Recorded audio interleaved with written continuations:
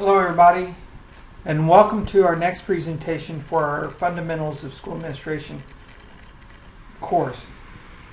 In this presentation, we're going to see a transition from where we have been working primarily in Standard 2 of the ELCC standards and refreshing with some from Standard 1, and we're going to move into Standard 3. So let's take a look and see just how we have gotten to this point in our course.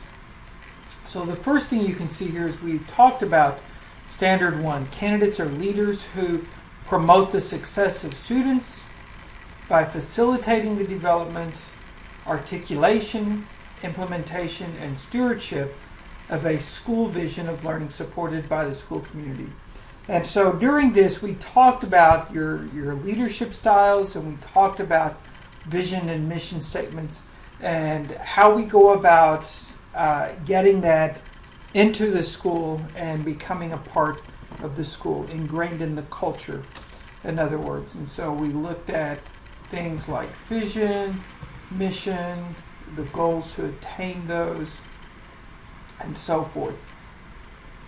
Then we spent some time in the last few weeks dealing with Standard 2. Here we said candidates are leaders by promoting positive school culture, providing an effective instructional program, applying best practice to student learning, and designing comprehensive professional growth plans for staff. So here we have concentrated on curriculum, instruction, monitoring of all this, teaching and learning, professional development, and we finished with student services. Now we're going to make a transition into management. And what we mean here is what we have on the screen. So leadership does not accomplish success alone. Principals do not just accomplish success. It takes good management skills in addition to the leadership skills that we have spoken about. So all the skills that we really concentrated on dealing with Standard 2 that we talked about, those by themselves are not going to happen. It takes good management skills for that to take place. And that's what Standard 3 deals with, are these management skills. So what we're going to see is that when school improvement occurs, the following items are present. If you want quality professional development, we said that professional development is imperative. We talked about what real professional development is versus mandated training that the state requires that many schools consider quote-unquote professional development, but it's really not. But ensuring that quality professional development happens takes money and time.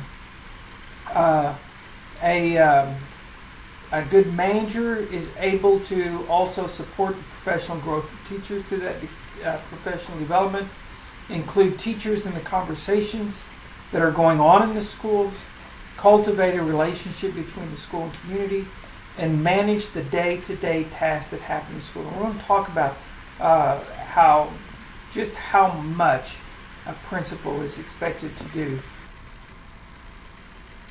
So with that, let us look at Standard 3. So what we can see here, Standard 3 deals with organizational structures.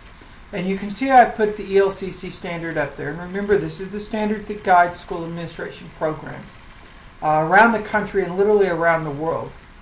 Standard 3 says candidates who complete the program are educational leaders who have the knowledge and ability to promote the success for all students by managing the organization, operations, and resources in a way that promotes a safe, efficient, and effective learning environment. And so here we're talking about how the school is organized. And through that organization, how relationships are ran in that organization. So we're going to talk about bureaucracy. We're going to talk about how organization structure has changed. We're going to get into a little bit of theory in this, but you need to understand how organizations work. And so we're going to talk about schools as systems and how the last 10, 20 years have changed the way we look at schools, and therefore it has changed the way that we view schools as systems. and we now view them differently than we did in the past. And so that is forcing us to change the way that we prepare leaders. So with that, let us look at our concepts of organizational structure. So depending on the school you're in, and keep in mind the majority of schools in which I worked were small rural schools. And so a lot of this might be one person, but I want to give you some key things here, especially those of you who are in urban settings. So your organization needs to evolve around these structures, and understanding the basic idea of these structures is going to help you. Obviously, job specialization. We have our teachers organized, and then within those subcategories, we actually have, as you know, organized by discipline and so forth like that. That's simple to see. Also under job specialization are your maintenance people, your custodial staff, your administrative assistants staff, your paras, your cafeteria workers. All of these people have their job specializations. And one of the things I found in working with schools is that there tends to be a lack of clarification in a lot of job descriptions. So that's one of the things I would encourage you to do is make sure that your job descriptions match how you see the roles of each of the people in your building playing out. Departmentalization, again, this helps things to become more efficient, and it leads into that third bullet, delegation. So obviously as you departmentalize and you're spreading your work through the maintenance aspect, the custodial, the cafeteria, or whatever it is, as work flows up, you're able to delegate some authority and responsibility to people in those departments to carry out what you want to happen in that department. And we're going to see in a minute, we're going to look at a chart that shows that as you move up the chain of command, and obviously the principal is the first really big step on that leadership ladder up to, in the K-12 system, obviously a superintendent. But as you move up, your work is going to be consumed by more conceptual work as opposed to the technical work.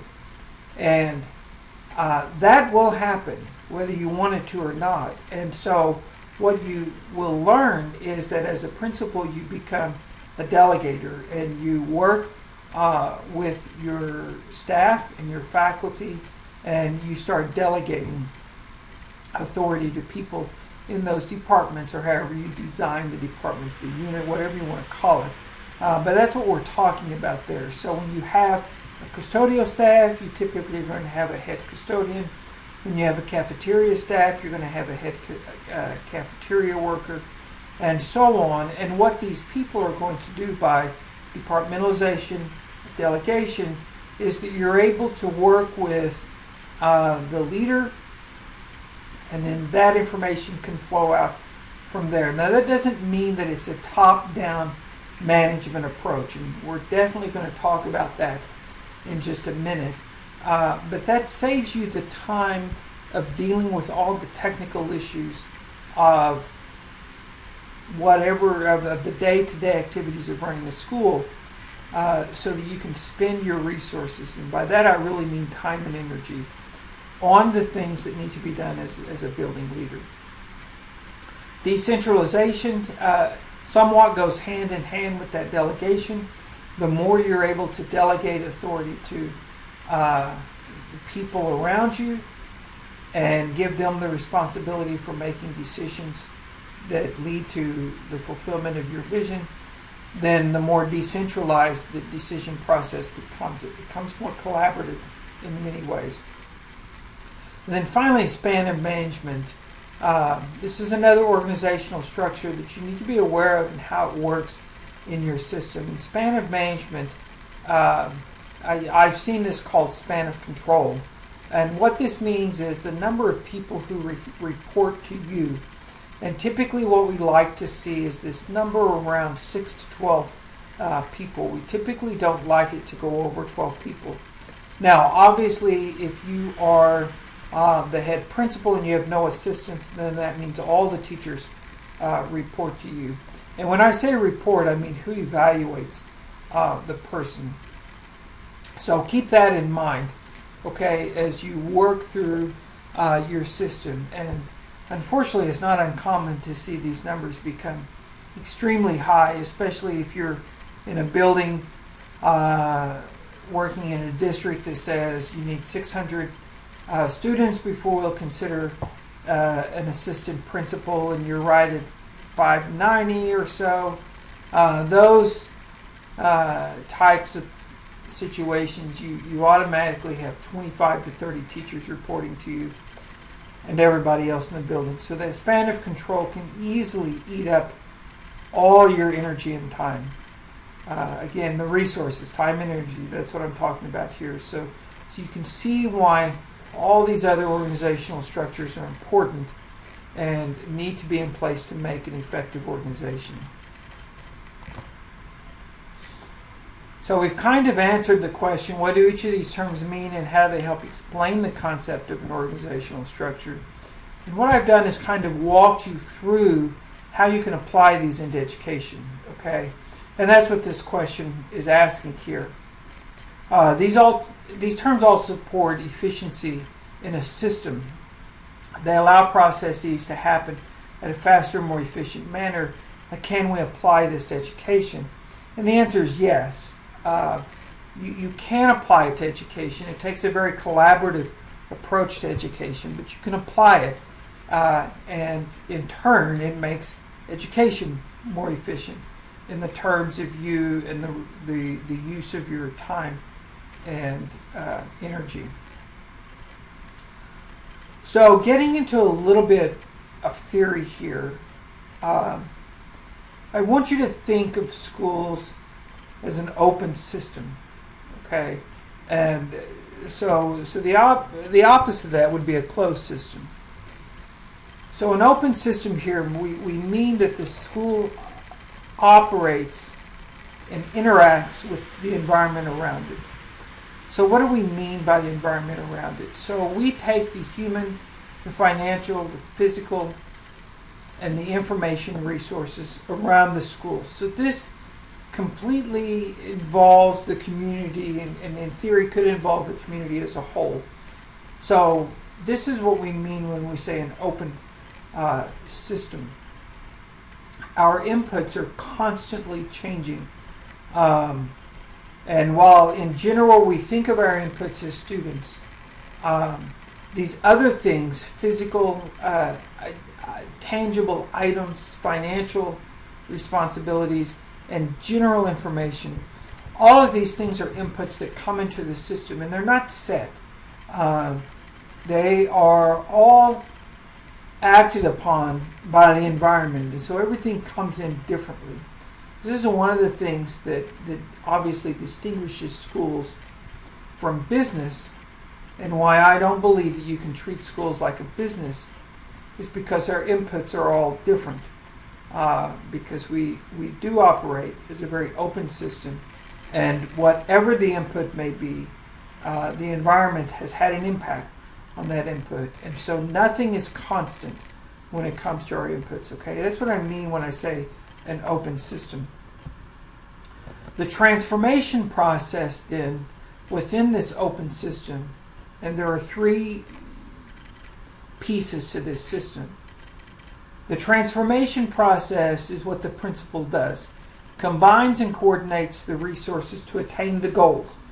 So this is why we started with Standard 1. What's the vision and mission of the school? And that's why it's important for the principal to determine what the vision and mission is, because then we're going to take Standard 2, and we're going to take the curriculum, and we're going to take the teaching and learning and support it with student services and professional development. And all of that, the principal is going to combine and coordinate and then take the resources found in Standard 3, and later on, as we'll see, those things that are in Standard 4, 5, and 6. And we're going to put all those things together, and the principal is going to be in charge of this transformation process, so that the inputs that we get, primarily students, but also these other inputs, will ultimately go through this transformation process that is designed by the principal and become this output, the goal that the principal has set. Prepare and educate student staff to the community satisfaction.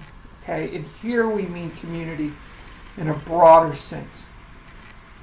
And then finally, that's really the three parts. But there's a fourth part that is continuously iterative along this, and that's feedback. Okay, and we'll really see this feedback come in Standard 4 when we look at Standard 4. But feedback in the sense of students, parents, staff, and community reaction to those outputs, to those students, are the students that are going through the transformational process that the school has created, led by the principal, meeting the goals that have been established by the principal in the community of stakeholders. That feedback is constantly coming through each of those. So to put it in a visual, then we can see that this transformational process deals with planning, organizing, leading, and monitoring. And once we've made it through that loop the first time, then we can change planning to adjusting and planning, organizing, leading, monitoring, adjusting, and planning. And it's a continuous loop that goes on and on and on. Okay? So in this process, then, planning tells the principals what to do, and organizing tells them how they're going to do it. Leading tells principals why the staff members should want to do it. Okay? So again, what we're saying here is this planning and then ultimately adjusting as we go through this cycle in a continuous improvement model, and we're going to hit on that in just a minute. This is the principal telling, making the plans of what the vision and mission of the school is. The organization is the principal working collaboratively with the community of stakeholders, explaining how they're going to fulfill the plan. And then the leading is the principals convincing the community of stakeholders on why it's important to complete the plan and how we're going to continue to do it. And then the monitoring is that constant check on the plan, and then we reinitiate the cycle. So I said earlier that when we're talking about resources with the principal, we're talking about time and energy. Okay, principals have an extremely heavy workload. So what I want you to see here is connecting all these things that we've been talking about for the last 15 minutes or so. All that delegation of authority, all the roles that the principal has to play, all the activities that go on, the importance of an organizational structure that's effective is the principal cannot do this on his or her own. And here's why. I think that this information is probably fairly old. It's probably increased would be my guess. An elementary principal typically works 51 hours per week. HPW is hours per week. A high school principal typically works 53 hours per week. Principals process on average about 20 pieces of mail a day. And any free time during your day is very scarce and often filled with postponed activities that you just didn't get to before. Okay, so you can imagine then we're looking at a work day, 51 to 53 hours a week, 9 to 11 hours a day on average. A lot of this is obviously filled with after-school activities. We're staying after school and doing paperwork and stuff. It's a very intense position. Principals are rewarded somewhat for this, obviously with a bump in pay, but with that comes this greater demand. Principals engage fairly recent study, in at least 149 different activities per day, half of which took less than 5 minutes. These are decision-making activities that are happen throughout the day. Okay, most activities a principal deals with are going to be very short and solving dilemmas. Okay, and the problem is when large dilemmas arise that take a lot of the principal's time. That does not mean that the other activities cease to exist. It just means that they get put on the back burner. So keep in mind, it's long days, and this is why, because you have so much to do in a day. Most of the communication that is done, or most of the work that is done with principals, is done through oral communication, whether it's through students, through staff, through faculty, or through parents or the administration. Most of it is done through oral communication.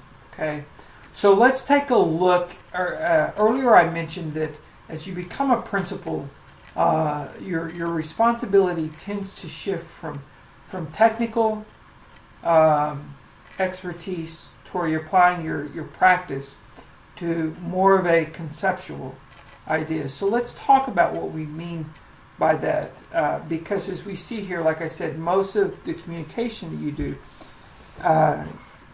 is oral communication, and most of the things that you deal with on a daily basis are very short activities that are communicated orally. So when I'm talking about conceptual skills,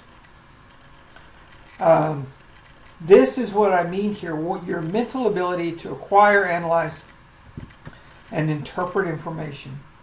It is key that you become, and you will develop this as you work through your principalship, that you develop critical thinking skills. Okay, the ability to analyze and interpret multiple sources of information that are coming to you. And so you're going to apply these conceptual skills at a much more intense and higher rate than you have in the past once you become a principal. Next to conceptual skills, we have human skills. Your ability to motivate, facilitate, coordinate, lead, communicate, manage conflict, and get along with others. And then finally, the skill that you've relied upon most as a teacher is going to become the least skill that you rely upon as a principal. And these are your technical skills, your ability to use your knowledge, methods, and techniques of a specific discipline. So let's take a look at a chart here just to give you an idea. And you can see at the bottom of this chart we have department heads. And then we have principals, and then we have superintendents at the top. And you can imagine if we were to add a layer at the bottom and put classroom teachers, that these rays in the chart would continue at this angle, so that a teacher is primarily working and spending most of their time with technical skills, and obviously that's what we would want a teacher to do. Less with human and much less on the conceptual side. But as we move up in leadership from a department head to a principal and ultimately to a superintendent, we see you relying less on that technical side of your skills and more on that conceptual side. So let's take a look one more time what we mean. That conceptual side is your ability to analyze and interpret information and make decisions based upon that analysis and interpretation. And acquiring. You have to get the correct information in order to solve the correct problem. So again, it's important that you understand that your role is changing as you become a principal. So what makes an effective principal then? In a study of 20 effective and 21 ineffective principals, the ineffective principals had the following characteristics. Okay, So notice what we're looking at here. This is somewhat negative compared to what we usually look at in studies. These are the negative characteristics that were found to be with ineffective principals. Number one, they were insensitive to others, abrasive, intimidating, and bullying. I am not going to get into politics here, so we will leave that one out of it. Number two, they were cold, aloof, and arrogant. Number three, there was a betrayal of trust, a failure to accomplish the stated intention. Do not make a promise or a statement to someone that you cannot fulfill. Otherwise, that betrayal of trust will set in. Okay? Even if it's an innocent statement, it will set in. Overly ambitious, thinking of the next job, playing politics. Overmanaging, unable to delegate or build a team. And what happens when you're unable to delegate authority, and we talked about delegation earlier as part of an organizational structure piece. When you're unable to delegate, what happens is you become a tyrant, and people will jump ship quickly and lose faith in you. These start falling together. You're viewed as arrogant, and trust is lost, and you become a tyrant. And you are unable to staff effectively. People don't want to work for you. You are unable to plan and organize your work. To adapt to a superior with a different work ethic or work style becomes difficult. You're unable to adjust to new and changing conditions. And finally, you're over-dependent on an advocate or a mentor. And you're constantly asking somebody what to do instead of developing your own agenda. So these are the things that an ineffective principal displays. So how do you overcome these things? Effective versus successful administrators. And we all know these, okay? An effective principal is how well a principal was evaluated by his or her subordinates. Most time on task-related communications, human resource management. A successful principal, somebody who just moves up the ranks quickly, little time on this human resource management, good at networking, politically savvy. Okay. My pleading with you is that you aim to be that effective principal. I think that as school leaders become more accountable for the activities within schools, these quote-unquote successful principals, these principals who are rapidly rise through promotions, are going to be less and less because it's accountability is forcing us to look at results, and we want to look at effectiveness. Okay, and so the studies show that an effective principal is someone who is rated well by their subordinates. They have time on task related communication, and they're good at dealing with people, that human resource management piece. So let's talk about bureaucracy for just a second. The module is going to contain some stuff on bureaucracy, and schools have really changed in this sense. Okay, a bureaucracy is the pattern of organization that dictates relationships. Okay, and you can see here some characteristics of bureaucracy. Bureaucracy has really come into play in the early 20th century. Okay, and this is a business model that we're thinking of now, with specialization of labor, division and labor specialization, and it's realized that in the 18th or the 19th century, you could make a high quality piece of furniture, and one man could do it, or one woman. I guess we could say one woman could do it, but we typically think of an artisan in the 19th century as a man working in his barn creating a piece of furniture. But as the Industrial Revolution happened, there was a change in American history, and we saw a rise in labor, and we saw a rise in bureaucracies, because what happened is business leaders realized that if one man can make this piece of furniture that's worth so many dollars, then what we could do is divide up the labor, and by doing that, we could mass produce this stuff, and it would be less, but we could get, the price would be less, but we would sell so many that it wouldn't matter, because we would make money. Okay? This division of labor, all this is going to start falling into place. The division of labor then has with it reliance upon rules and procedures. This is how this step is done. Everybody involved in this step does it this way. And then the next step, it goes from there and there. Emphasis on a hierarchy of authority. You're the employee. You report to your manager, who reports to a division manager, who reports to a vice president or somebody. And that's how it works, okay? Lifelong careers. When people at the turn of the 20th century, in the early 1900s,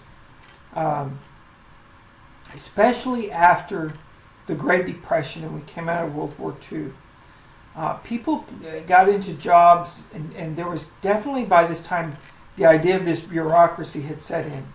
And lifelong careers were established in business, okay? It was very impersonal. This is what you did, and you did it for your life. And if you were promoted, that's fine. If not, that's fine, okay? But all this set in.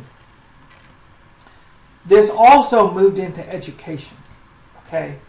But education is not the same as a business. And I said that earlier, and I'll say that again, and I'll continue to say that. Education is not the same as a business. So if that's the case, then what are the alternatives? And some of the alternatives here we can see, and we're going to talk about total quality management with Deming in the module in a little bit here. But let's start with System 4 design. And in System 4 design, really think of this as a continuum. And on one end of the continuum is what is called System 1. System 1 is very bureaucratic, and on the other end of the continuum then is System 4. And in System 4 we see a system that is very humanistic, it's interactive, it's group-oriented, very collaborative. This is where we're trying to move classrooms and school systems as a whole. Some are there, many are still struggling. So using it as a principle, need to understand that you need to get to that level of bureaucracy, that you are at a very collaborative. Site-based management, on the other hand, this is a common thing that we see in schools, in large districts. And this is a struggle, because in site-based management the question is, where does the main authority lie? And the problem with site-based management are there are certain things that the central office needs to have control of, and there are certain things that sites can have control of. This is not the role where we are going to talk about that, but just know that site-based management deals with the autonomy a principal has in his or her building, and it can get to the point where too much autonomy causes fragments within the system, especially within a large system. Transformational leadership represents really the transcendence of self by the leader and those led. And what transformational leadership does is the leader accomplishes three things here. The transformational leader really gets stakeholders to buy into the vision They raise the concept of team up so that self-interest is diminished, and they get other personnel in the organization to start aiming toward self-actualization in the sense of becoming a member of the team and leading the institution to the goals the institution has set. Okay, and so transformational leadership deals with disregarding self for the betterment of the team. Synergistic leadership also works much in that same vein, but concentrates on diversity and leadership styles in the sense of attitudes and belief toward diversity and gender. It's much more encompassing in that sense. Total quality management. This is Edward Deming, and this is really what has driven a lot of the work that I've done when working with schools. And what Deming says is the primary task of leadership is to narrow the amount of variation within the system, bringing everyone toward the goal of learning for all. And remember what I said when I said that schools are open systems. Okay, I said that because inputs are all impacted by their environment, so no input is the same. It's a system in the other sense that everything works in a rational manner in the system. And if there's no direction, then the parts of the system are going to act in the most rational way that those individual parts believe. And here I'm talking about teachers, staff, students, principals, whatever the role may be. And what that does is it adds variation to the system.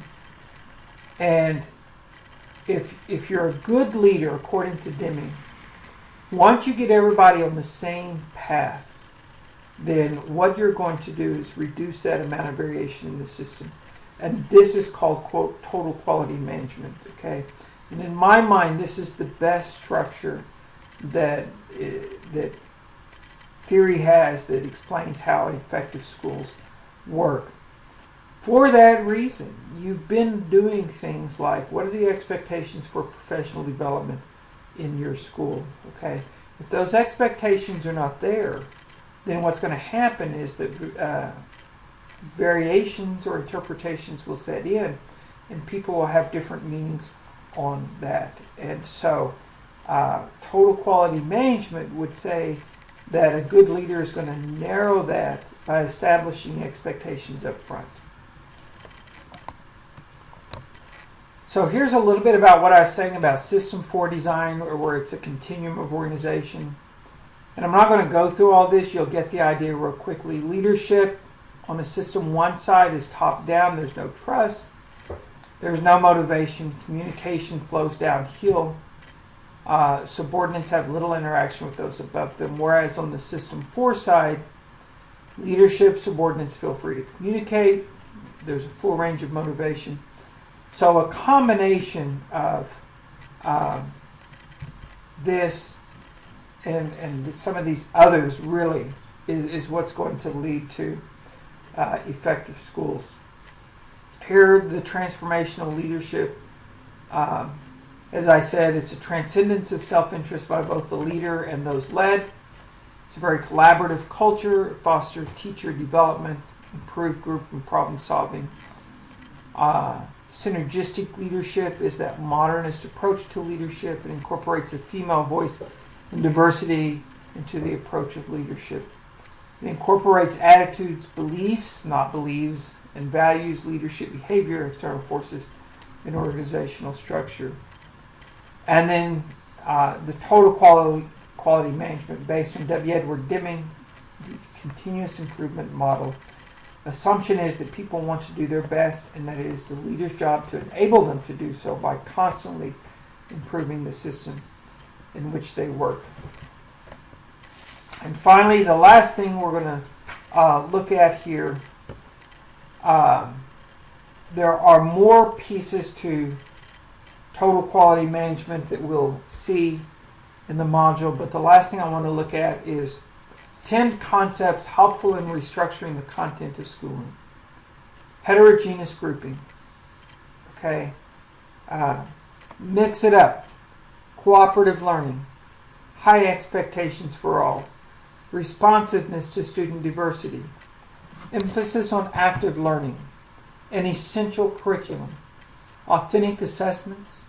Technology as a tool. Time as a resource. And a diverse pedagogy. Think about these 10 things. And I would ask you to rate them, how they are in your system. And explain why you rated them. That would be a good assignment that we should have done. But we're not going to do that. But I want you to think about these things. And think of how you as a principal can add these things into the restructurement of your school.